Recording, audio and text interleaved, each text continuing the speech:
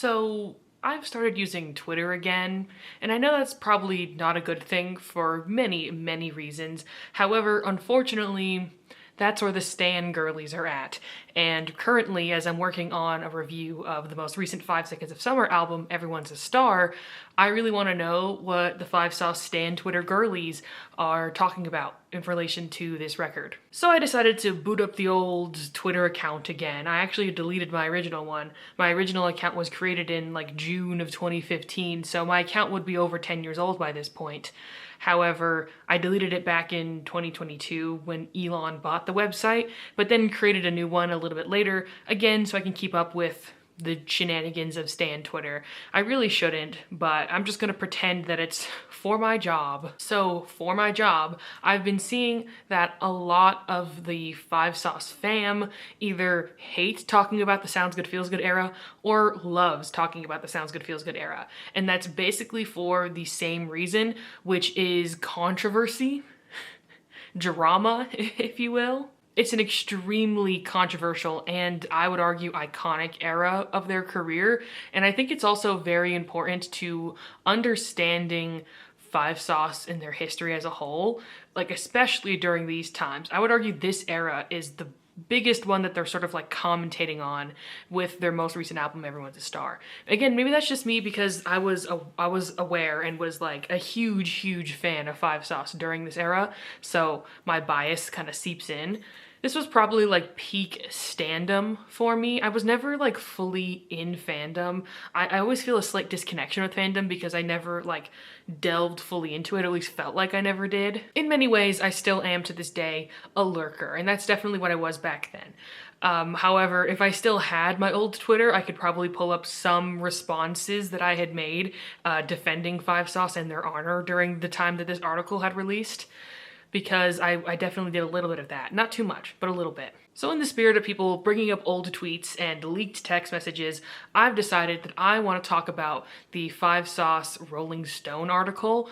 They were on the cover of Rolling Stone, butt naked, must I add, by the way. And the article was extremely controversial and painted the band in a somewhat, if not intensely, negative light. The reason why I want to talk about it in its own video, because I've already talked about this, and when I reviewed Sounds Good Feels Good, go check out that video if you want more discussion on the music itself. I specifically said when I reviewed every 5 Sauce album, again, check out the whole playlist, by the way.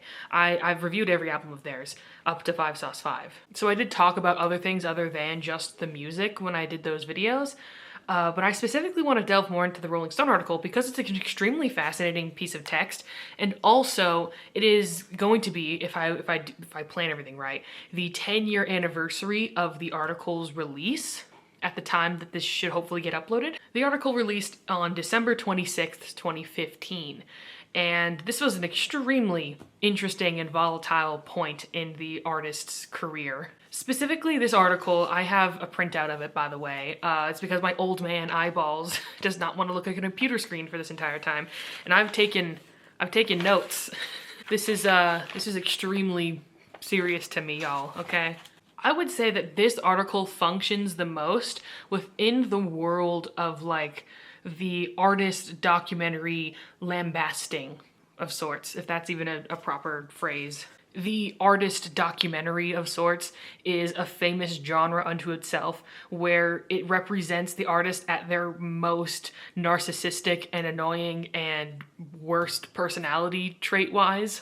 I think of like Madonna's Truth or Dare, where she seems like a horrible person the entire time. And I guess for a slightly more modern example, the Metallica documentary, Some Kind of Monster, where they just seem like whining babies the entire time. The whole point is to create a huge spectacle around the artist and expose the real them, aka the worst version of them. That's what this article is at the end of the day. The actual 5 Sauce documentary, wait, why didn't I grab it? Oh God. Here it is. I have it. Here's the documentary. Wait, there, look at it, boom. The How Did We End Up Here tour documentary live at Wembley Arena. This documentary is a representation of what documentaries about artists now are, which is just like PR fluff pieces. It's mainly for the stands to snap and hand heart and such, and to prove the artist as somebody who is worthy of their success and fame. Think of the most recent Eras tour documentary, which, whatever. I'm at my dad's house, by the way. I'm visiting him for Christmas. If it wasn't obvious by this setup, it's the most like parents' house setup, just random junk behind me. Anyways, before we get into the article itself, I think it's important to talk about the cover because it's the first thing you're gonna see, obviously, if you're gonna pick this stuff off the shelves. Fun fact, I actually did try to buy a physical copy of the Rolling Stone magazine when it came out. I took forced my parents to take me to 3 different stores to try and find it, and we couldn't find it anywhere. That's probably just because I live in a somewhat rural area. I could probably try and find a copy online on eBay or something, but I bet it's gonna be way too expensive. So yeah, that's why I've printed out a copy. I'm pretty sure this article is also like behind a paywall, so I will put a link to a PDF document of it in the description below, but we're gonna go through this thing almost line by line. I don't want to waste too much of y'all's time, but like I said, there's a lot of shit in here that I feel like I have a lot of thoughts I want to expound upon. But yes, first the cover. So the thing about the cover is that I fear it's deeply iconic. In my opinion, I think, yeah, like if you're gonna be on the cover of Rolling Stone, you should do something really intense and bombastic. I said this in my original review of Sounds Good Feels Good specifically, that like you need to go all out, in my opinion, for a Rolling Stone cover. I feel like the Rolling Stone cover doesn't mean anything anymore, but back in the day, in terms of like rock history, that meant you made it. If you made it on the cover of Rolling Stone, it was almost like the pro athlete's version of being on the Wheaties box or something, where it's like it doesn't really mean anything in general. Like it doesn't give you much clout, but they only accept people theoretically who are deserving of recognition within that scene. Now it's like no one fucking cares anymore, but you know, whatever. So I've seen people call this cover exploitative because of how young the members were. I want to make it clear that they were all legal adults when this photo was taken, but the fact that I need to clarify that proves that like, yes, they were very young when they posed naked on Rolling Stone. They were between the ages of 19 and 21. The article actually specifically follows the band during Michael's 20th birthday, so early to late November of 2015. So at the end of the day, I don't think it's a full-on Britney Spears situation. I think, you know, they were fully grown adults who were capable of making the decision for themselves, and they decided they wanted to be naked on Rolling Stone, which, you know, good for them. But there's a reason why I don't have the full poster on my wall anymore. When I was an edgy 18-year-old, a friend of mine who also had many pictures of naked men on his wall convinced me that it would be a good addition to my poster collection, and so I bought it. And then evidently I just kept it on my wall, and before I knew it, I started making videos with it in the background, and now I feel a little bit embarrassed. I guess it's because I'm officially now older than they were at the time that they made the cover, so now it just feels weird to have it on my wall, versus when I was the same age as them, it felt like cool and edgy and normal.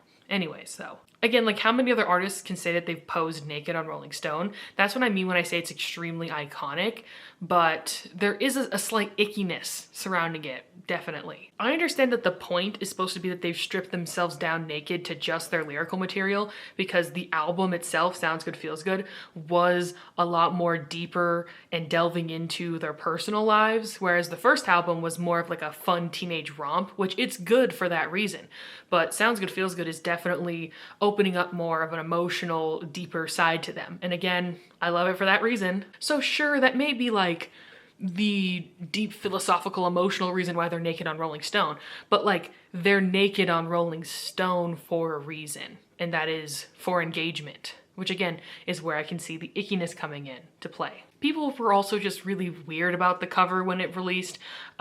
Justifiably, I did see people say that it was an example of misogyny in everyday reporting culture, because articles written about the Rolling Stone cover for Five Sauce were compared to articles written about other female artists who were a lot less naked and taking photo shoots. Saying, you know, that the women were getting bashed for not being dressed enough, but yet Five Sauce were getting praised. And I agree, that's lame, but it's not the article's fault at the end of the day. It just sucks that the patriarchy exists. We get it. Also, people low-key body shaming them, which in my opinion is insane, because I guess they don't have like six-pack abs and don't look like Chris Evans. They're ugly. According to most people. Another example of like beauty standards being extremely out of whack. I'm not gonna talk about their bodies any further because again, I don't want to. Those are my thoughts I have on the cover itself. And I'm only gonna show it in flashes on screen so this video doesn't get flagged and deleted. I don't think it will, I could probably put it on the thumbnail and be okay, but yeah, just to be safe. I'm not gonna let it linger on screen for a while, which is a stark contrast to my early videos which was it was in the background of me in full frame 24/7, dogs out. Dogs out in the video 24/7. Now that we've talked about the cover, let's get into the actual writing. It's a shit show. Now, a big part of me wants to be kinder to this article because I don't want to come across as a Stanny Stan who like is just mad that 5sauce aren't like being praised in this article. I definitely don't want, I'm gonna say a lot of mean things about 5sauce. So if you're someone who can't handle that, then you're gonna have to click off the video, okay? Because I'm not gonna just like inherently be nice, because we need to talk about the truth more than we just need to praise them. You know what I mean?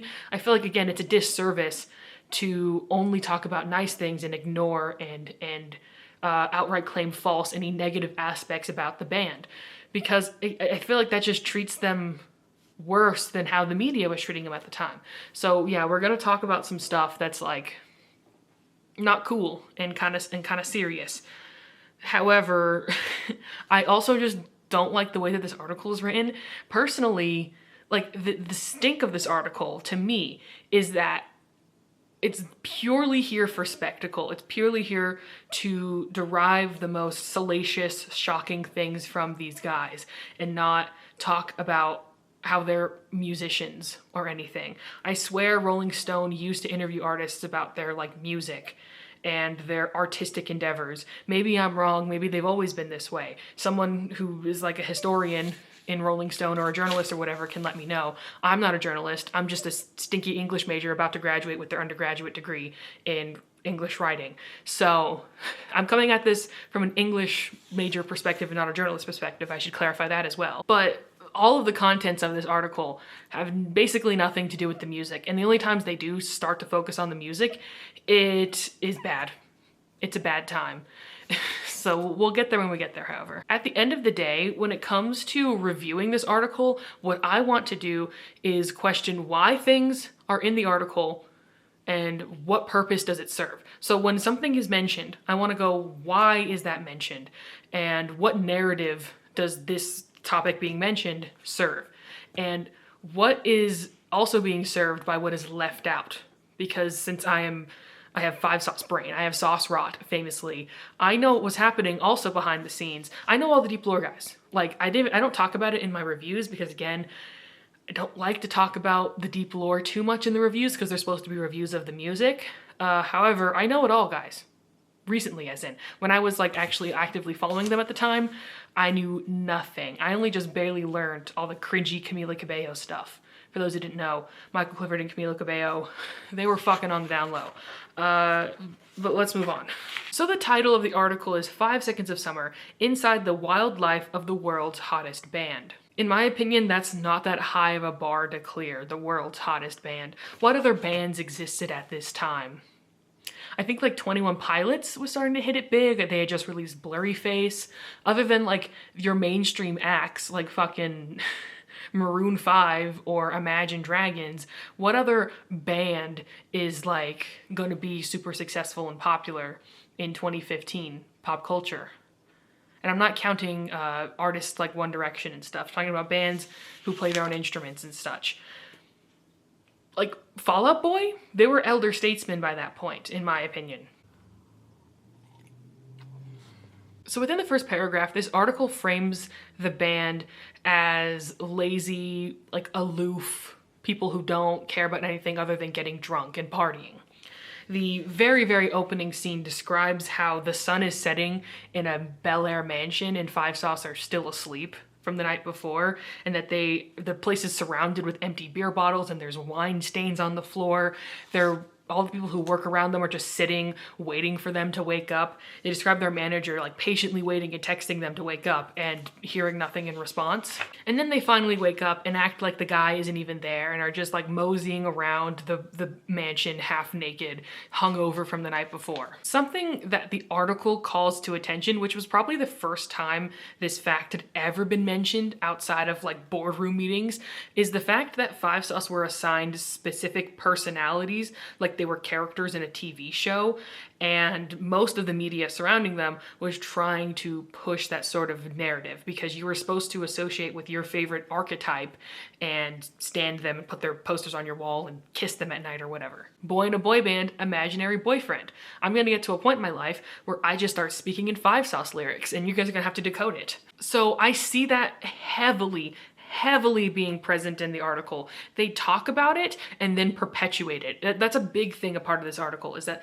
they will mention a thing that exists and not question it or, like question it as a good or a bad thing, but just perpetuate it further. And I feel like that's a very fascinating thing to do because at the end of the day, it's just serving like the status quo. It's not providing anything new, just salacious, more salacious and more edgy and controversial. It's like, what are we doing here, guys?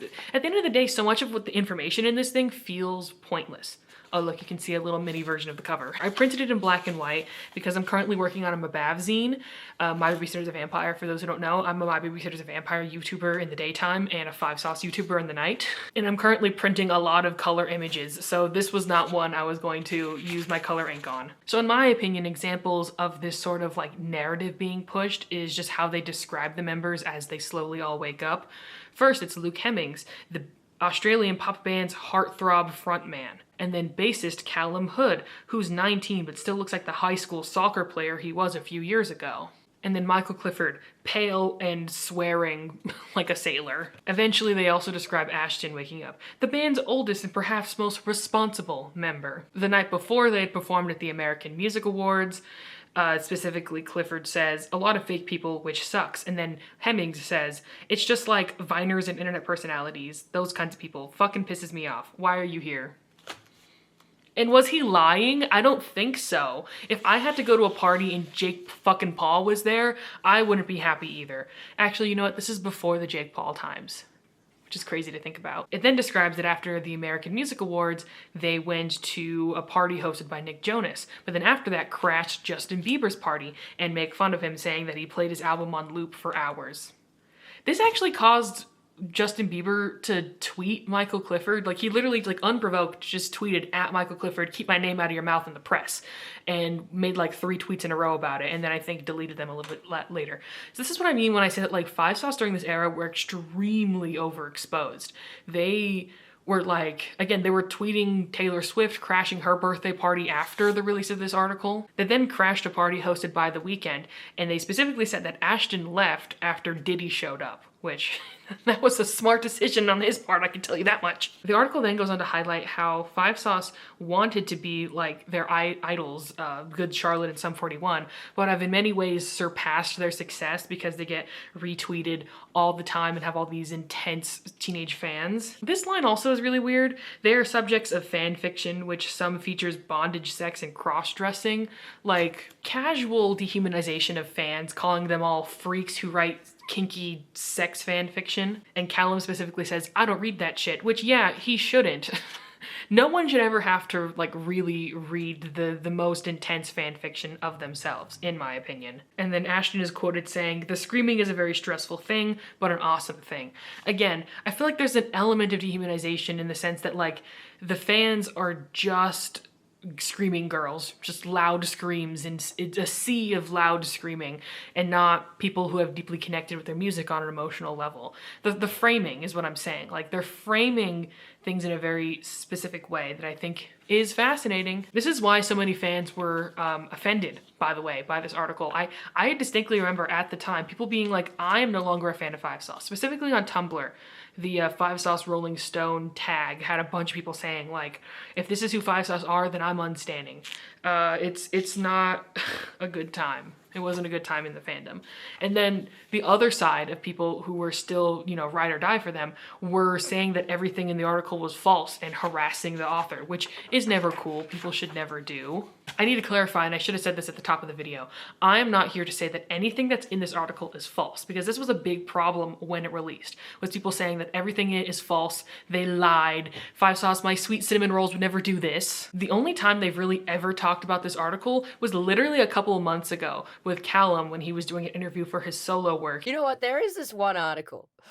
You probably know it. The Rolling Stones Oh my interview. god.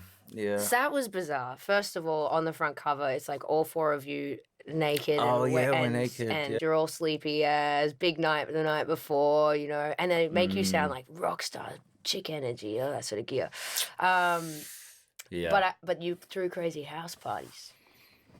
Is that true? I remember that was very controversial for us at that time because, yeah, I mean we were still probably like 18, 19. The short answer is yes, we threw some parties Fuck yeah. because we finished like the Why second not? album early and we are like, oh well, let's just not tell the label and we'll just party for a week or two or three. But yeah, we let this guy in, and it was our first kind of like big editorial piece with Rolling Stone. And I think we were just a little too comfortable. And I think we just trusted him a little too much and You let wasn't, him in. yeah, that's what That's what happens. happens, That's man. what happens when you let someone in. I still haven't read it though, Okay, no need. because yeah, Don't worry I about it. saw the reaction. I was like, oh no. Yeah, so It's honestly, from a journalism point of view, it's a bizarre one. But is you it? know what? It gave us a nice snapshot into like youth and being in that zeitgeist and on the rise and everything that happens there and just America, the beast of America in general, Mm, coming from Australia, seeing that you can do that and have everything at your fingertips and you're working with Good Charlotte, you're working with John Feldman from Goldfinger. They were pretty smart to not talk too much about the contents of this article. There was a couple of maybe vague tweets that could have really been about anything, but were most likely about the article because they could have gotten themselves even in a worse situation if they were to have ever commentated on what was in the article. I mean, an example of this is like a current artist, Somber, which the Five Sauce fam is beefing with for reasons I'm not going to get into. I can't get into the lore and the drama surrounding that. But he's been under fire recently for some weird behavior, and he's the exact same age that Five Sauce were during this time. It probably would have all breezed over just fine if he didn't make an extremely awkward bad response to the controversy. At the end of the day, Five Sauce were a little bit more PR trained when it came to responding to drama, which is to not do it at all, to just be above it. So then they describe another party, how 3 nights ago they threw a 20th birthday party for Michael Clifford, how it went until like 6 a.m. They describe all the crazy shenanigans. And one thing I should mention is, so this article talks about them drinking a lot, like, abusing alcohol basically. And it just makes me think, was no one looking out for these young kids at the time? Ashton's the only one who's legally allowed to drink in the United States. They're living in California at this time. Technically, all of this drinking is illegal, but no one fucking cares. Like, do they not have any, like, mentors or people in their team who care about them? Are they just literally letting these, not children because they're adults, but like young adults with basically no life experience other than working in the industry, they're just letting them run around and get drunk until 6 and 7 in the morning? It wasn't intentional, I promise. Speaking of 21 Pilots, by the way, they talk about how Josh Dunn was there and gifted Clifford for his birthday a tool of stimulation, to say the least. I don't know if I can say that word on YouTube without getting flagged and sent to the gulags. So anyways, it then transitions into talking more about Michael. I feel like maybe that's just because he's my favorite member. I don't know if that was obvious already, but since he's my favorite member, I feel like they talk about him the most in this article. They're really trying to portray him as like this sort of bad boy type. I mean, all the other members get their own sections, but like, I feel like Michael is just talked about the most. I don't know, maybe it's because he was actively spiraling during this moment in time, which we'll get into, don't worry. To quote the article, everyone calls Clifford Five Sauce's most punk rock member, the band's Sid Vicious. I'm about to go on what'll seem like the most unhinged, unrelated rant ever right now. If anyone ever calls me the Sid Vicious of anything, I want a bullet to enter my cranium immediately. I'm not kidding. At the end of the day, Sid Vicious was one of the worst people in like rock history. He did not know how to play his instrument, and he was only hired as the replacement bassist for the Sex Pistols because he had the look. He's the literal definition of image over substance. Most shows that he would perform in would end in fights or him rolling around in a pool of his own vomit.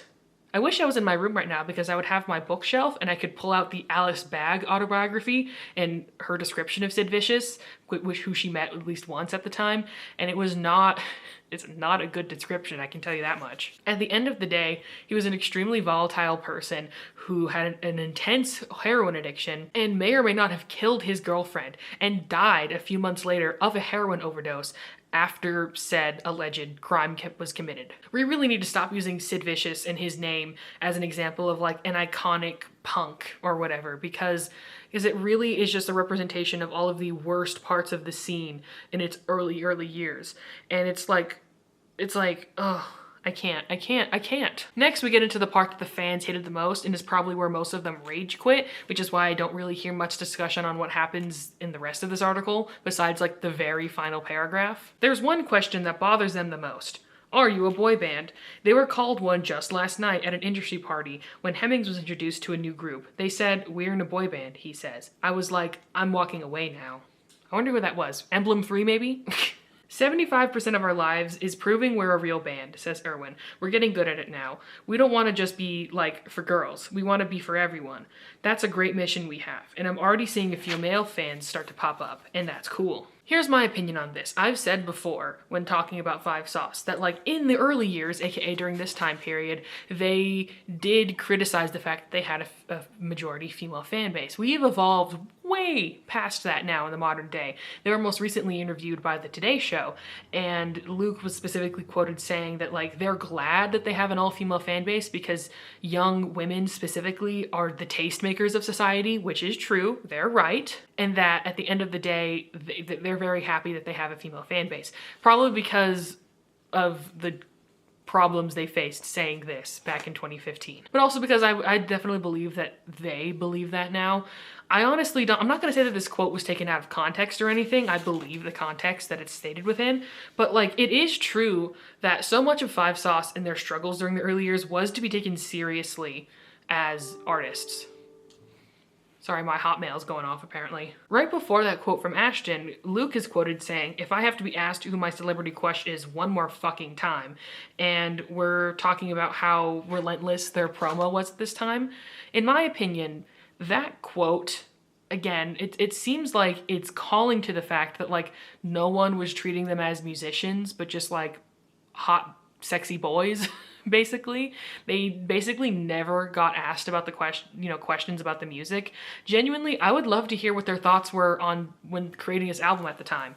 Like, why is Airplanes in 3/4? And why does it have an awesome guitar solo halfway through? Like, I would love to know that information. But there's only like 1 or 2 interviews where they actually get to talk about the music that they made during this era. Most of it is just fluffy, tabloid fodder. And at the end of the day, this article just perpetuates that. Like, again, they talk about their frustration with how they're being seen in the media at this point. And yet, the article does nothing to question that and only perpetuates that further. It's insane. Yes, part of that was definitely misogyny, both from, the outside world being projected onto them, which is probably what perpetuated their own sort of like sexist mentality that in that quote there specifically. And this wasn't the only time they were quoted saying this, by the way. Around this time, they had done a live stream of a performance, which was the final time they performed like the Rock Out Your Socks Out set list. One of my favorite set lists they've ever done, by the way. Good set list. The Nude Broken Scene live performance. I remember watching it live. I asked my parents if I could miss dinner so I could watch it because it was at like 5 p.m. my time. It's one of my favorite performances they've ever done. It sounds just like really good. They're great live musicians. And at the very end of that show, I think Ashton says a similar thing where he's like, "We love you all so much. We're starting to see more male fans in the audience and we really like that." Which again, inherently implies that like having a full female fan base, like tags them as like a boy band, which was a problem at the time. I have never seen a man sing our lyrics so passionately. This guy. Look at him. Yeah. Yeah, man. Hey, That's it. you know what? That's a good point, Michael. It's weird. All right. I like you guys too. And let's, and everyone at home.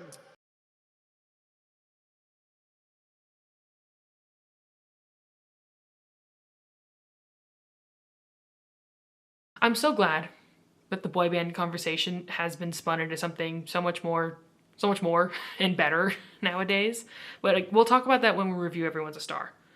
all you should know right now is that they've taken a full 180 on this opinion, and they've joked about the fact that they were like how embarrassing it was that they cared that they were called a boy band by the press. So after that, they mentioned how there's like high tensions among the band, which again is a very interesting thing to clarify. To me, it's almost trying to like subtly add like a Spinal Tap kind of like mystique of like, ooh, the girls are fighting, which again is really weird because famously like they're one of the only bands in rock history who actually like each other. So they mentioned the fact that they've been fighting a lot recently and how Michael Clifford has been dealing the worst with this. The quote is, "Clifford, who suffers from mild depression, seems to be having a hard time. He spent many of his days this year inside playing Call of Duty, but lately he's hitting the town hard."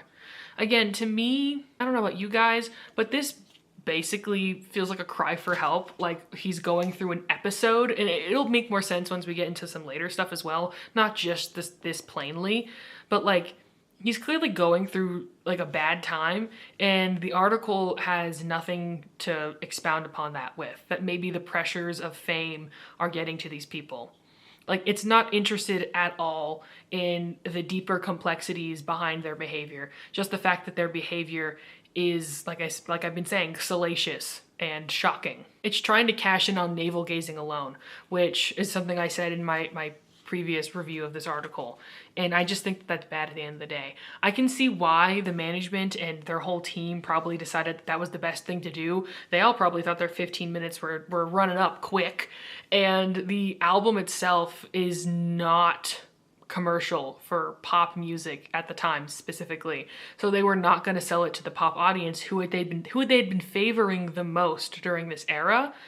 And so they knew that like the music wasn't going to sell this era the most. It was going to be the fact that they were dickheads that was going to sell this era the most in terms of deriving like attention and fame for this era. In 2021, Ashton said that their management had told them that this album was a critical commercial failure, which is insane because it fucking debuted at #1. How could an album which debuted at #1 on the Billboard 200 be considered a commercial failure?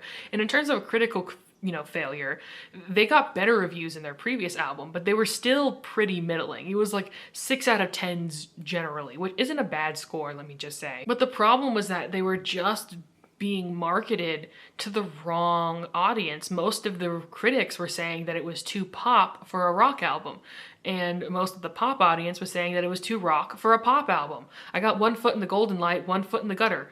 So sick of the tug of war, it keeps pulling me under. A good example of an album that in my opinion is very similar to this one, that comes out a year later, is Double Dare by Waterparks. Waterparks, even though they still had the catchy hooks and the synthesizers, even more synthesizers than I think Five Sauce did on this record, Sounds But Feels Good. That's the record I've been talking about, by the way. It was embraced by the alternative rock community, and I think that's just because they never ever tried to be a semblance of a pop star. They always made tongue-in-cheek jokes about it, dressing up as the Backstreet Boys in music videos and such. But since Five Sauce were chained to One Direction during all of these early years, they were always going to have a different conversation surrounding them, which at the end of the day destined this era's music for failure.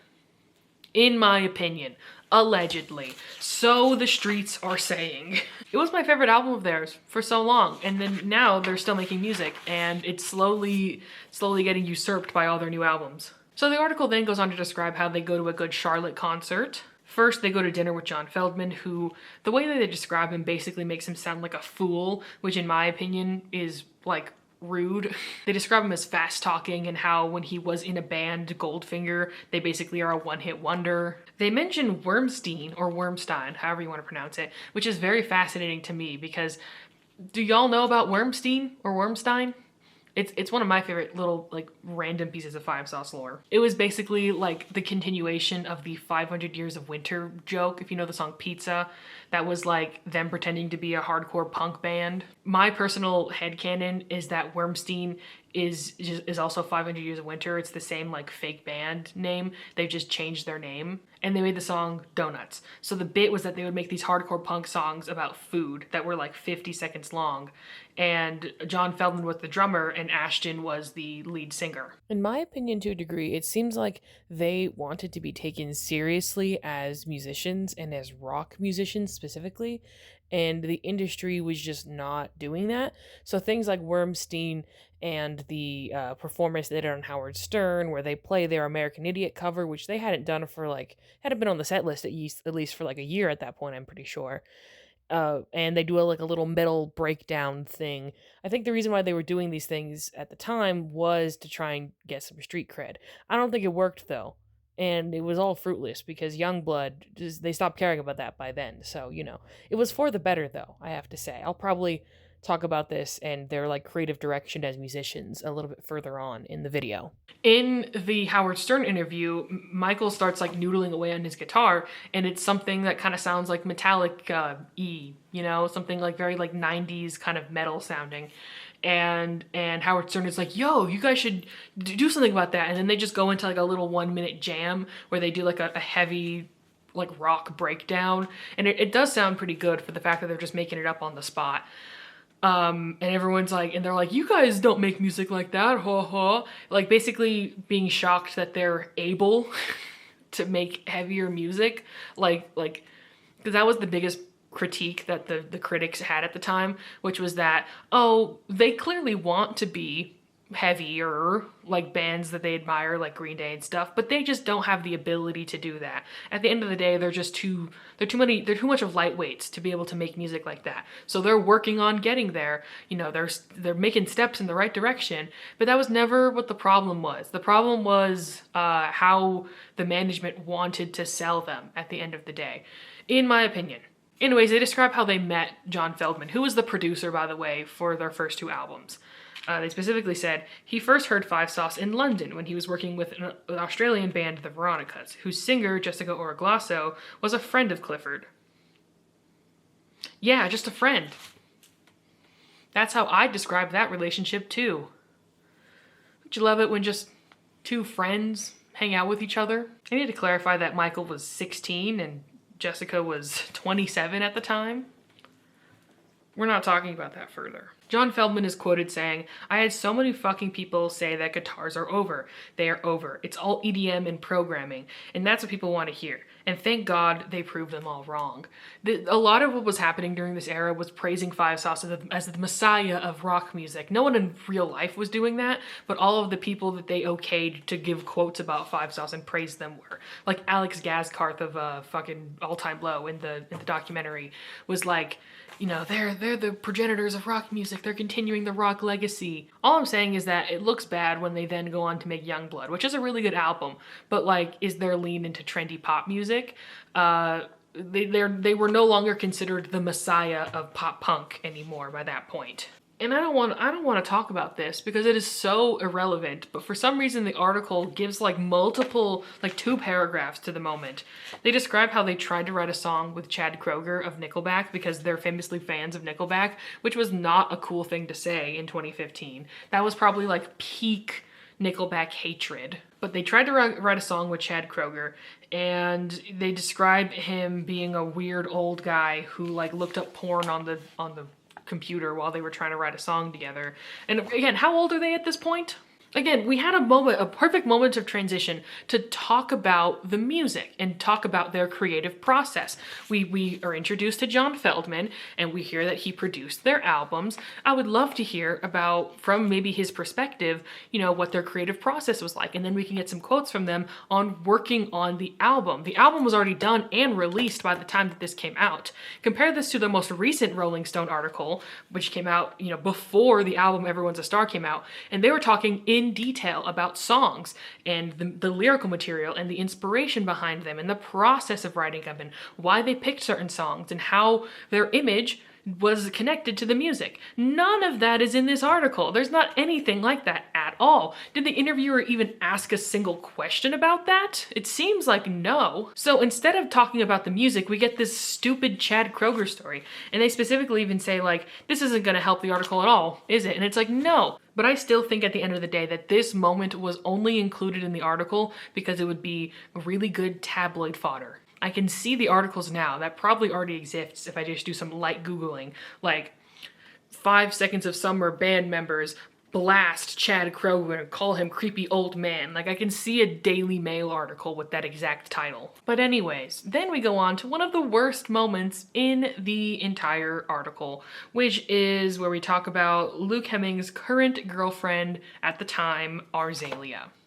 Now, I'm not going to say a single thing about Arzelia because she is not well liked, and that's fine, but I'm not going to say anything about her as a person. All I'm going to say is that in the article, they basically portray her as an airheaded groupie, which is not cool. Like, even if I don't like her personally or whatever, it's like that's still like not a nice thing to do to a person. Apparently they had only been dating for 3 months at the time that this was written. So why does she get like 5 paragraphs and a full spread image dedicated to her? Like, look at this. I'll put it up on the screen. This is one of my least favorite photos of all time. It's like the most douchey photo I've ever seen in the world. And it's hard to not look douchey while getting papped, okay? Like, the bright lights, it's a bad time, so I don't blame them at all. But yeah, they really don't paint Arzelia in a good light at all. I really do think it was just an example of trying to portray Luke as like somebody who is just like this hot, dumb guy who is just dating Instagram influencers, you know? Like, it really isn't a good look. They're like the 2010s version of Timothée Chalamet and Kylie Jenner. The alternative press version of those two. In my opinion, what makes her seem like an airhead is just how they describe her. She went to the Avita Institute Beauty School. I don't use that now, she says. What does she do? I'm an internet influencer, she says. I just post pictures. It's really easy. In an online Q&A, someone asked her, do you ever worry about money for the future since you don't have a full-time job and don't currently go to school? No, she replied. Trust fund. Again, I'm not going to say that she lied or anything, but it's like, why would you paint her this way? If they wanted to be nice to her, they would say that she's on the cutting edge of a new industry of influencing, because it was. Being an influencer wasn't like a well-known career path at this time. I bet most people who were following her on Instagram and paying her bills thought that she was just like a deadbeat groupie who was just leeching off of Luke's success, because they didn't understand that she was getting paid to respond to their hate comments, basically. It takes a lot of work to get your hair and makeup done and pose with a Sugar Bear hair bottle, okay? Like, this was what her job was, but it was so invisible to people at the time. Now it's a well understood like machine that people can participate in. But it was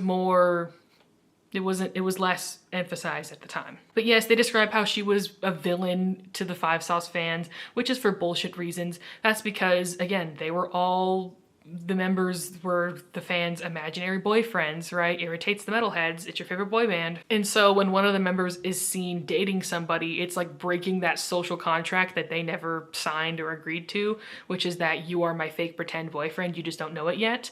So I agree that that's a bad thing. And I'm not going to outright hate on all the fans who participated in this behavior, because they were probably like children with squishy brains and stuff. And their management and record labels are actively encouraging this behavior because they know that it gets them money at the end of the day. It sells albums, it sells concert tickets and merch and all that shit. So it's really quite insidious. It's honestly setting up these people's lives for failure.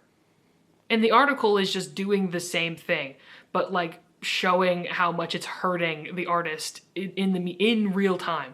And that's what's super insidious about it, in my opinion. They then go to the Good Charlotte concert. Luke and Arzelia make out during most of it, which, cringe. I don't like to use the word cringe ever, but if there was ever a moment to describe it, it's this couple in general. And that's the most I'm ever gonna say about like an actual, member of the band and a couple that they were in.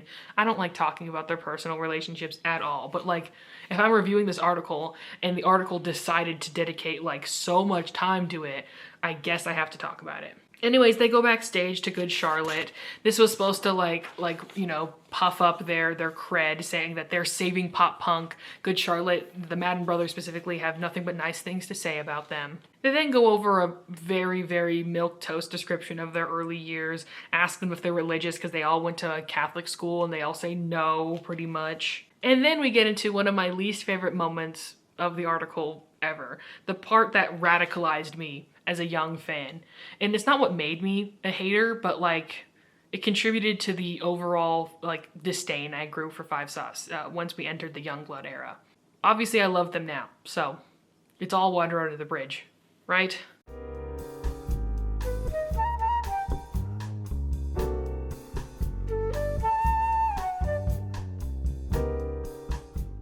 I took a break to charge my camera battery and eat some pasta, and I spilt some on my shirt. It's gonna come off in the wash, but it's just gonna be embarrassing for the time being. I was talking about how I was a low-key Five Sauce hater for two of their eras, the Youngblood and the Calm era. That's not true necessarily. I had just no longer been actively following them in the way that I had previously done. And famously, when it comes to most albums, but especially a lot of Five Sauce albums, it takes me a while to really appreciate them over time. Even albums like Sounds Good Feels Good, which I really liked when it came out, it was only really in a more superficial manner, and I only really got to understand and appreciate that album only within the past few years or so. That's why I felt more comfortable with actually reviewing all their records, because I finally felt like I understood Five Sauce in a way, and I got their music. Parasocial rant aside, we were talking about my least favorite section of the article, and my least favorite section when the article came out. So they interview their previous manager, Adam Wilkinson, who says some pretty damning things about Five Sauce. At least for the time, it was pretty damning stuff. So at first they just discuss how they were really popular on the internet and less so like in their hometown or whatever. So what initially got like the labels to be interested in them was the fact that they could like expand upon their success. That there was an international appeal to them through their posting on YouTube and Twitter and stuff. I'm just gonna read this whole chunk and then we're gonna spiral over it together. After meeting with the band and Hemming's mom, Wilkinson wrote up a 12-month plan for Five Sauce to become a pop juggernaut. He starts reading a marketing strategy he presented to the band. Musically, Five Sauce can occupy the space between One Direction and McFly. They are young, attractive, attainable teenagers that have a cheekier edge and play their own instruments. While they cannot cross into the realms of pop punk, they can stand on the sidelines and capture the end of that market. They always wanted to be Blink-182 or Good Charlotte, but I'll be the first to admit that I thought that was shooting too far, says Wilkinson. We tried to make them a little more pop. This was the worst thing you could have said in an article about this band at this specific time period, because the biggest problem that most average local people and critics had with Five Sauce is that they seemed like posers. And all this does is just perpetuate that assumption further. It basically confirms it from their middle management that they could never be a true pop punk band like Blink-182, so we had to go the boy band route with them. I think that's harsh and rude. And the fact that they told that to their face when they were 14 and 15 years old is insane. And we wonder why they're so traumatized these days and why they talk about it so often in their music. I honestly think they should be talking about it more. This is absolutely insane shit to just be saying. When I read this, I was fuming growing up, because that's kind of like, I'm more of an emo by trade at the end of the day. As much as I like pop music and I listen to it and, you know, talk about it more now these days, back in the day, like, the alternative scene like was my scene, and I was lambasted consistently for liking Five Sauce, that stupid boy band, right? I was surrounded by people who called them posers on a daily basis, and this only proved them right, basically. And I just think that that's really tough. And there's really nothing wrong with being McFly. McFly is a good band. They have some really good songs. Or like Busted either. Like those are perfectly fine artists. I would argue like the Jonas Brothers have always existed in that sort of realm as well. The classic like term was called Radio Disney rock or whatever, right? Demi Lovato was making music like this, but this was all in like the early 2010s. They were kind of like already on the back half of that scene happening pretty much. Like by this time, the bands had either all gone on hiatus or turned fully pop. So like the scene wasn't really there anymore, and neither was the pop punk scene either. So I can understand why this was the strategy for Five Sauce, and I'm not even saying it's a bad strategy. It's just to so blatantly say it in the article is borderline like slanderous. No, that's not the right word. Not slanderous. It almost makes it seem like this is a smear campaign somehow. I don't know, y'all. I don't know about this. And I want to clarify that, like, at the end of the day, whether or not Five Sauce were posers or whatever means nothing. I kind of hate that sentiment and mentality in the alternative scene. I understand that a lot of these kids were bullied, so they kind of feel the need to project like a superiority on other people by saying like what's real and authentic into their little niche scene or whatever. We don't want any outsiders because those are the enemy. It's like, grow up, read a book.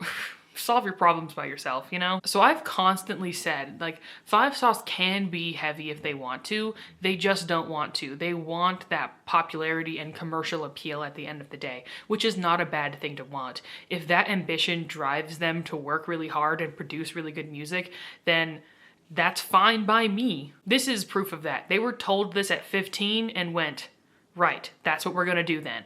And that's how they wrote music. They wrote the music around this concept that they could only really exist in between the space of One Direction and McFly. So that's why the albums sound the way that they do, those first two at least.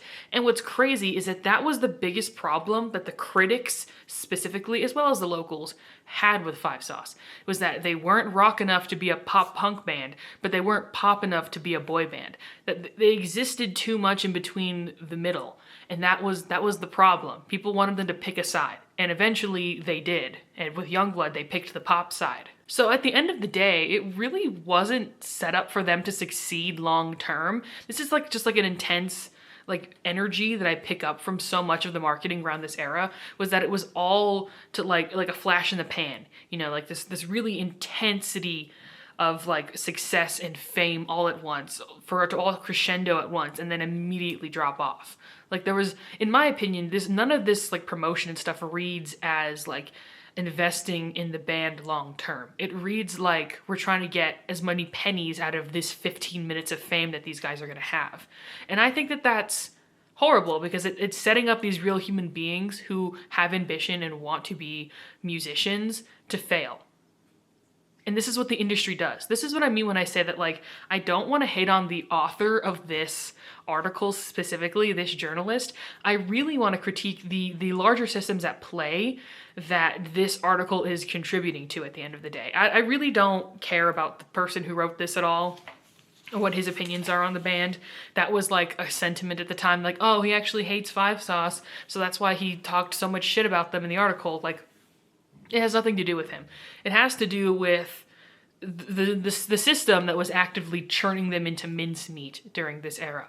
And it's a miracle that they're still a band to this day. They discussed how after this whole era, like in 2016, 2017, that they did consider breaking up, because they thought that they had basically like reached the full extent of the band's purpose, basically, that they didn't know where else they could go. And Youngblood really pulled them out of that dark place, because it made them realize that they could do more than just be like, and this is probably the first time that it was meant, because literally the whole world and the industry told them that that was all they could be. And that's bad. That makes me sad and upset. Pretty much the only reason why they didn't have like an epic level Spinal Tap, you know, flame out themselves is because they all like each other, and their bond as friends like was so important to them that that's really what carried them into being even more successful in the next era than they ever were previously in their career with Youngblood. And it had nothing to do with any of the suits who are perpetuating all this bullshit in this article. So we're going to move on from that whole industry thing now, because we have to talk about threesomes apparently. How we transition into that topic. Again, this is another moment to like talk about the music and their creative process, even if it's in this kind of quote unquote posery way. Like, this is how we decided to write the first album, and this is how we took a different approach with the second album, based on what the management said would be best for our careers. Like, even if that's like contributing to like the negative press for the specific alternative kids that I'm talking about in this section, that doesn't mean that like it still wouldn't be an interesting discussion of what they're here to do, which is make music and be musicians. It's like they might as well be the Kardashians at this point if this is all the attention we're going to give to them for. It has nothing to do with why they've gained this level of fame, which is supposed to be the music. They mentioned how Modest Management got a hold of them, and this is probably the first time that it was mentioned that the whole Louis Tomlinson tweet was orchestrated. How the narrative had been pushed back in the day, which I think has been fully dispelled now. Like, I don't think anyone believes this. If you do, here to update you, I guess. The like narrative that they ran with was that Louis Tomlinson discovered Five Sauce one day randomly and decided to tweet them out. And from there, that's how they then got signed to the same record label as One Direction and the same management team, and ended up opening for them on tour. In reality, the management team, the leader of Modest Management, found Five Sauce and signed them first, and then orchestrated this like sort of like organic like interest in the band, which makes a lot of sense. It is pretty savvy marketing. They also would like push them a lot to like post on social media and stuff. I specifically said in my review of their self-titled album, it might have been, or it might have also been the Sounds Good Feels Good video. I can't remember now. All of those videos are a blur at this point. But I did say that like Five Sauce, what endeared the audience, including people like me, to them so much in those early years was how active they were on social media. It really, to a lot of people, felt like they're like best friends that were just posting, because social media was just such a different realm. Like they're very active on social media these days, but it's all like orchestrated TikToks and like trends that they're like, you know, participating in. Versus back then, it really was just like whip out a camera, just take out your phone camera and just film a minute of your chaotic lives. And that's it. Like there really was no rhyme or reason behind the content itself. It seems like Modest Management said, you just have to post this many videos a week, and gave them no notes on what they were supposed to be posting, because it is truly just some of the most random stuff. Apparently One Direction did the same. I know nothing about One Direction, famously. I never was into them throughout my whole adolescence, and I still have no knowledge of how they work at all. I tried to watch some videos on it, but that information has just left my brain. So, anyways. From there, they talk about how they got a lot of attention early in those early days. Again, this is where they could have like talked about the early years of them writing music, but no. The question that they get asked is that they were having a lot of sex with girls. Here's a quote. When you put 4 young dudes on a tour bus, playing theaters, then arenas, you're gonna have sex with a lot of girls, I guess, says Hemmings. We had a good time. And then the interviewer asks, multiple girls in one night? I feel like I shouldn't say, he says with a smirk. You could say the possibility of that is high. Then the interviewer asks, multiple girls at the same time? Which then Luke infamously responds with, the possibility is high, he says again. He cracks a devilish grin. The possibilities are endless. This moment was memed to death because it really does sound like a line from a fanfic. This is like a Dark Luke fanfic line, if I've ever heard one. It is crazy that this is in the article. Again, is this the only questions they're being asked? And I don't care how honest this is. We know they have freak energy. They say it in their own lyrics, okay? At this point, who cares? I literally don't care. I wrote in the margins as my notes on this section is, why are we talking about this? It's because it's juicy gossip. That's the only reason. We're just trying to get some juicy gossip out of them. We're not here to actually interview them as musicians and see why they've gained this fame and success that they have. It seems like the answer is we don't know why, because they're hot, dumb dudes. Again, what Luke says is completely true. When you put 4 young dudes in a tour bus, you're gonna have sex with girls. Fine. I don't care. I couldn't give less of a shit about something, like genuinely. And I just don't like the syntax of this entire article. Like, he cracks a devilish grin. The possibilities are endless. Vomit City. That's so gross. This is then where we get to an even worse section that I'm not even gonna give time to because it genuinely makes me feel really gross and uncomfortable. That Callum then talks about how he got a bit reckless because he had never gotten attention from girls in the past when he was in school. But now that he was in this band, he had a bunch of girls wanting to have sex with him, and he did. And then that's when they talk about his nudes leaking. And again, I'm just not going to talk about this any further than just mentioning it right then, because as far as I'm aware, he was a minor when those videos were taken and spread around, and it was extremely old news by the time this article was being written. For some reason, this and the Howard Stern interview mentions it, which almost makes me think it was like a talking point on like list of things to bring up from the management, which I think was supposed to like sell this like sexed up bad boy like energy from them, which is not cool. Like I said, this was old news when it happened. The video was from like a year before it got leaked, and then this is a year after it got leaked. So like no one was talking about this anymore. Like people were just bringing it up without without even like mentioning it to them. And that's just really weird and gross to me. He's 19 at the time when they're talking about this. Ew. Like no, I'm not. We're moving on. God. They then go on to talk about Michael some more. Again, who would have thought? See, like, the section we get about Luke is how he has an airheaded influencer girlfriend, which is offensive. And then the section we get about Callum is how he was a minor and had his nudes leaked.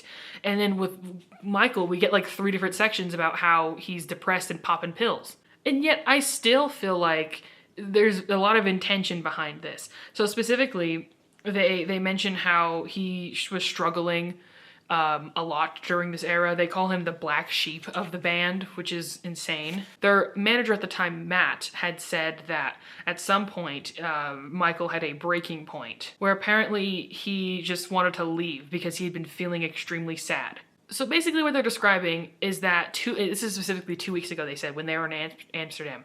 Basically, he had some sort of mental break and had like a breakdown. And the only way this is really like described is as like, he just does that. That's just how he is. Specifically, he said that he, on stage, told the crowd that he saw a therapist when they were performing in Michigan at an amphitheater. And then, to quote the article, it says, Clifford says he suffers from issues of self-esteem, loneliness, a bit of depression, and has been taking too many sleeping pills at night. They specifically highlight the drinking and the drug addiction in this sense, you know, with abusing sleeping pills with Michael. And I think this is an example of guilt from omission, because clearly they were all running in these streets doing drugs. Like, I think of how Luke pretty consistently writes lyrics about cocaine, both in his solo work and the stuff he's written for Five Sauce, and that's not mentioned at all. It's like, why is that one? Why are we not allowed to talk about that one? Is it because that's a hard drug and more illegal in that sense? Or does it not like sell the more casual, cool guy party image, you know? And this is all very dark, and it's all just presented so on the surface. The way they talk about mental health in this article, it really does prove to you that like the conversation at the time was dog shit. Like Howard Stern was like, you're a fucking psycho going to the loony bin. Like that's the language he uses when talking about the fact that Michael went to therapy. I hate Howard Stern so much. I think I called him a pot stirrer of an interviewer, and like that's the perfect way to describe him. He's only there to provoke a negative reaction out of his interviewees. Ashton is usually evoked throughout the article to again be the sense of reason and the sensible one throughout the group. Again, this is pushing a certain narrative. We're not talking about the fact that he's running around in these streets like a dog, cheating on every single partner he's ever been with. We're not going to talk about that in the article. Maybe the interviewer, the journalist, didn't know anything about that. It's very, very possible. But you understand, by mentioning the fact that he is the responsible one, they're pushing a certain narrative onto the band. When their previous manager, Adam, was talking about how they couldn't be Blink-182 even if they tried or whatever, they'd also mentioned the different like personas that they were supposed to embody. And I feel like there's a little bit of duplicitousness happening. I've picked up on different personas from them personally. Like how they describe it is that Luke was supposed to be the quiet one. The idea was to make fans feel a little bit of mystery around him. Michael from day one wanted to be a rock star, so we tried to accentuate that. Callum was always supposed to be the creative one. Ashton was the serious one. The kind of energy I picked up on this is that like, yeah, Luke was supposed to be like the mysterious heartthrob, you know, sexy main lead member. Michael was supposed to be the edgy punk rock emo one, and Callum was supposed to be like the sporty, like thoughtful one in a sense. And Ashton was supposed to be like the responsible, mature, like daddy figure of the band. They would jokingly call him dad all the time, and so would the fans. Hell, they still do. So they evoke Ashton to kind of perpetuate this narrative of him being like the sensible one with like a good head on his shoulders. Don't think about the fact that he be drinking just as much as them. And again, cheating on every partner. We're not here to discuss those things. We're here to discuss about how, you know, he has great business acumen and is in touch with his emotions and understands the other members' emotions. I'm gonna breeze through some of this stuff. They then go to talk about how they fucking hate James Corden. They've mended their relationship since, so they're fine. There was like some light drama. Apparently James Corden was a bit harsh to them when they were doing the skit where he pretended to be the fifth second or whatever. I don't know. It's the closest Five Sauce I've ever gotten to like doing an SNL style thing. I think they'd be great on SNL. They should really get booked on there. This is where we get into Ashton being the guy with business acumen and Michael being the harsh one with the prickly edges who kind of clashes with everybody. Again, why are we perpetuating this narrative so much? This whole paragraph pisses me off. Clifford and Erwin clash over creative differences. There have been times where I'm like, fuck, why are we fighting so much, says Clifford. Clifford tends to write darker, heavier songs like Jet Black Heart. Erwin leans more commercial. He pushed for their first single, She Looks So Perfect. Erwin excitedly tells the story of the lyric, and they tell the story, you already know it. It hit me straight away. I loved it because it was quirky. I knew it was going to break us. Michael hated it. This was something they mentioned at the time. My sort of like tinfoil hat conspiracy theory, and I mean tinfoil hat literally, like I put aluminum foil on my forehead and told this theory in my review, was that Michael didn't like it because it was the most pop-leaning song. I think like what made it to the album and what are B-sides and rarities are very notable in my opinion. I feel like songs like Wrapped Around Your Finger, Lost Boy, Green Light, Independence Day, these are all like the closest we get to like what the alternative scene sounded like at the time. And those ones were not like ever officially released, not put on the album. More of the ballads and poppier songs were instead. And this is not to diminish that first era and that album. I think Self-Titled is a really good album. There's some just absolute classic bangers on it. But I think the context with which it was made is also very important to understand at the end of the day. They're still talking about Michael at this time, which is insane that we're still going on about this. They talk about how Michael is still actively struggling, and they go to do like a little, you know, promo moment, and specifically Erwin is quoted saying, "Watch where you're going and watch where Michael's going." Like he's on high alert basically. The night before he was out partying with 21 Pilots. I think we have like Snapchat footage of this party happening where everyone's drunk as hell and he's like playing the acoustic guitar or whatever.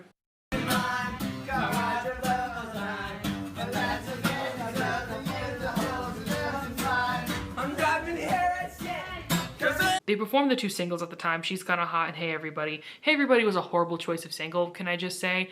All of the like rock fans that they were supposed to be getting the attention of for this record, because they were the only people who were gonna like this record, hated that song because they thought they stole the bass line from Duran Duran when they actually sampled it. A lot of, especially at the time specifically, rock fans did not understand the idea of sampling. It was just outright stealing. And then the pop audience who did understand the sample, first of all, are not going to be interested in a Duran Duran sample in 2015. And also it just wasn't poppy enough. Yeah, it's catchy and it has some good hooks or whatever, but it's just not gonna play well to like lean on. And now we reach the final section. Why am I green all of a sudden? Hello? We finally reach the final stretch of the article, thank God, and we learn about what the band got Michael for his birthday. They specifically said Ashton had been planning it for months. Again, trying to push this narrative as him as like the responsible, level-headed one. It's the gift that the band gives him, but Ashton planned it. I hope it's clear that I don't inherently have a problem with them painting Ashton specifically in a positive light. My problem comes in the fact that there is essentially no nuance in how these people are depicted. You know, Ashton is a smart, level-headed one, and Michael is a train wreck emo who's going to explode at any moment. Like, each one of them can be responsible in certain moments and then be a bit reckless in others. They're very, very young and they're in a very volatile situation. And I just feel like portraying these people as like cartoon characters and having no nuance, having no room for nuance in any of their discussions of the actions that they're doing is what's the problem at the end of the day. I hope I made that very, very clear. And if they're going to be portraying Ashton in a positive light, I think they should also be doing so for Luke and Callum and Michael. It's almost like I would have to assume that this isn't exactly the full picture, but maybe I'm wrong. I'm willing to be wrong. What I pick up from this article is that the author is in Ashton's lane hard and is not a big fan of Michael. That's the impression that I pick up from in the writing on this. And it's two black custom-made Gibson Les Paul guitars. And then they say some stuff that I think really actually does make sense. They said that what sets them apart from almost everyone else at their level is their connection as members, but also that eventually they will have to learn how to exist without each other. This is a common thing that they were saying in later years, that they had to learn who they were as people outside of the band and outside of the rat race of being popular musicians. And they were realizing that that was something they needed to do, but they were still contractually obligated to do all these things, so they weren't able to do that yet. Also, I do think it's very cute that while they were on their break preparing for the tour, Luke and Michael lived together, and Ashton and Callum lived together. They were separated, but they were still paired up like that. Muke is real. Muke or Mook. I don't know. And then we get into probably the most depressing thing and the main thing that people quote from this article. I would suspect that other moments from this article would be quoted more often, but at the end of the day, I honestly think people probably rage quit at certain points. I can pick two moments where people probably rage quit. The first one was probably during the Arzalia section, and the second point was probably when the "he cracks a devilish grin, the possibilities are endless" section happened. So a lot of the stuff that I find really juicy in this article is not really discussed super in depth by the fandom at the time period when this came out 10 years ago, because like I said, people probably rage quit. This moment is quoted quite often though, just because it is just such a good example of how fucked up things were at the time, and how it's basically not. It's kind of presented in a sentimental way, but I'll just read through it. Clifford's favorite band moment last year did not happen on stage, or when they were getting chased, or when their record went to #1.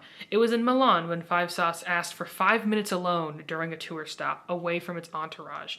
That's when Hood started climbing out a window into a parking lot. The others followed. We were like, holy shit, this is going to be the greatest prank ever, says Clifford.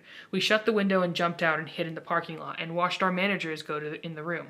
They opened the doors and were like, where did these guys go? He continues. They all went in the bathroom, the whole thing. They started freaking out. Holy shit, they're all gone.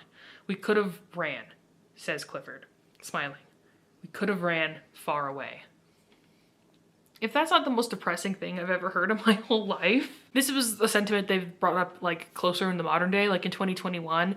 They talked about how they would just genuinely wanted to just run away from all of the responsibilities and all of the intense shit they had to do. I think Ashton tells a story of how they were supposed to perform at the Jingle Ball or something, and he just got on a train and just ditched, and all of the other members were like, we're gonna cover for you, because he had to just get out of there. Again, another example of it wasn't only Michael who was going through this whole process of feeling overwhelmed, having a mental break, wanting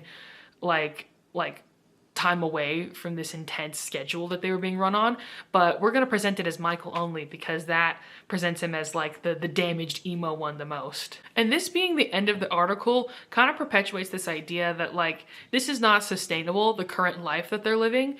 It is slowly killing them, and there seems to be no sympathy put towards that. It's really sad that they had to ask for 5 minutes by themselves for the first time, basically for the whole tour. And the first immediate thought they had once they were given some time alone was to run away. was to think about leaving the entire thing and just disappearing into the streets of Milan and become normal people once again. It's almost like you could say, there's nothing like the rain when you're in outer space. Got 1 foot in the golden light, 1 foot in the gutter. So close to the other side, so far from the wonder. That sentiment is present within the music. I mean, I literally have been quoting Outer Space / Carry On this entire time. But again, we're not gonna get into that in the article. That's again, as I've already stated, is what makes me so upset about it at the end of the day. So there we go. There's the Rolling Stone article. A very important piece of Five Sauce history, and I think a very important thing to think about when listening to Everyone's a Star and comparing it to their most recent era with Five Sauce 6. I genuinely think they're referencing this point in their life pretty consistently throughout that album. Kind of like reflecting on it, analyzing it in a sense. They're doing this whole persona thing again of being like the edgy rock star bad boys, but they're doing it intentionally, and they're doing it in an ironic sense that's sort of making fun of this whole like marketing scheme. I think they're like kind of leaning into the sort of like personas that they were forced to be assigned. And I know that as a fact because they said that in their interviews, that that's what they're doing. We have to remember that like back when I analyzed this article and I analyzed this era and the self-titled era, I was very nervous to mention this aspect of them being like assigned personas, because outside of this article and like assumptions that I had, like just like me doing close reading of the documentary and other media that had been made by them, I had picked up on this concept, but there was no proof of it from the actual members themselves. So I felt very nervous talking about it because I don't know, it just felt like weird to discuss. But now that it's come from the horse's mouth, like I'm all down for talking about it, because apparently it's something that they're aware of. Well, of course they would have been aware of it if it was actively happening, but are like down to talk about and analyze now. It's also why I'm okay to like talk about RPF a little bit, like when I said Muke is real, Muke or Mook, I don't know, or even, you know, just to joke about that, because they've actively literally been saying like make fan fiction, please and thank you. So, and also they're leaning into it these days, like they're intentionally leaning into that whole aspect because of course they're aware of the fan, you know, the fan intensity and stuff, and it's good to know that they're comfortable enough to like make jokes about it. That's what I really mean about this article and referencing it in the modern day. At the end of the day, is that like they're comfortable with making jokes and critiquing and discussing this era, but like in a very classy way. You know what I mean? Like through their art, you know, through their performance of the Everyone's a Star era. And at the end of the day, like, I'm glad that they're doing that, and I'm glad that like people in the industry are recognizing it and are letting them discuss it. Like I said, the most recent Rolling Stone article about them is way better by comparison because like I said, it actually discusses the album, which in my opinion, from a music magazine publication, should be what an interview is about. And I don't blame the people who created this at the end of the day. It has nothing to do with the author, Patrick Doyle, in any way whatsoever. I'm not going to say he's like a bad person for writing this article. I just think that it perpetuated a lot of really negative things about the band that could have led to them doing some really bad things. Like, we have to remember that press like this and publicity from back in the day, like, used to end with people dying. Like, I think of John Bonham, like, dying on the floor of a party, or the cherry pie guy drinking himself to death, the guy from NXS, the lead member. Like, things used to be, like, really dark and serious when stuff like this was constantly being pushed on artists. And it's a miracle and a blessing that didn't happen to Five Sauce, and that they're all, like, happy, functioning members of society with like families and stuff. So we're truly blessed to exist in 2025 and not 2015 anymore. Thank you for watching the video. Check out the side Channy Chan where I have many a more Five Sauce rant. Bye.